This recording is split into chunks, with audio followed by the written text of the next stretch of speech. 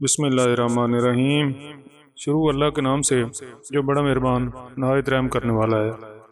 سیاہ رنگت ہے مگر سفید جوڑا پہننے کا دل ہے تو ڈنکے کی چوٹ پر سفید پہنو، پرواہ مت کرو کہ لوگ کیا کہیں گے۔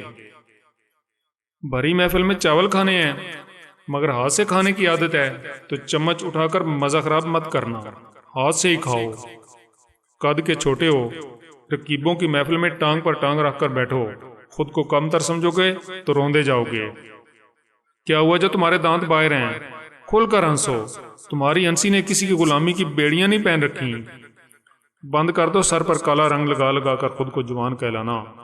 کاٹن کا اکڑا ہوا کڑک لباس پہنو، ہاتھ پر گھڑی سجاؤ، سفید چمکتے ہوئے بالوں کو ایک طرف کر کے سپرے کرو، ماتھے پر ایک بال ڈالو اور اپنے دبدبے سے چلو۔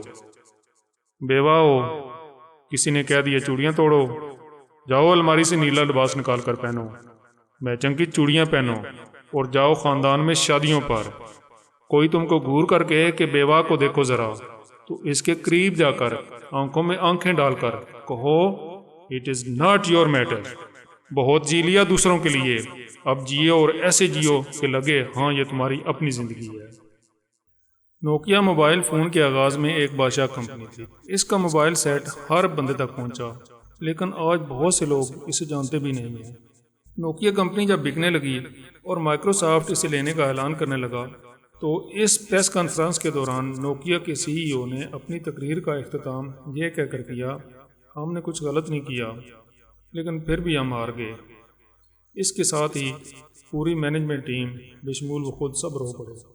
نوکیا ایک قابل احترام کمپنی تھی، اس نے اپنے کاروبار میں کچھ غلط نہیں کیا، لیکن دنیا بہت تیزی سے بدلی اور وہ سیکھنے سے محروم رہے اور وہ تبدیلی سے محروم ہو گئے۔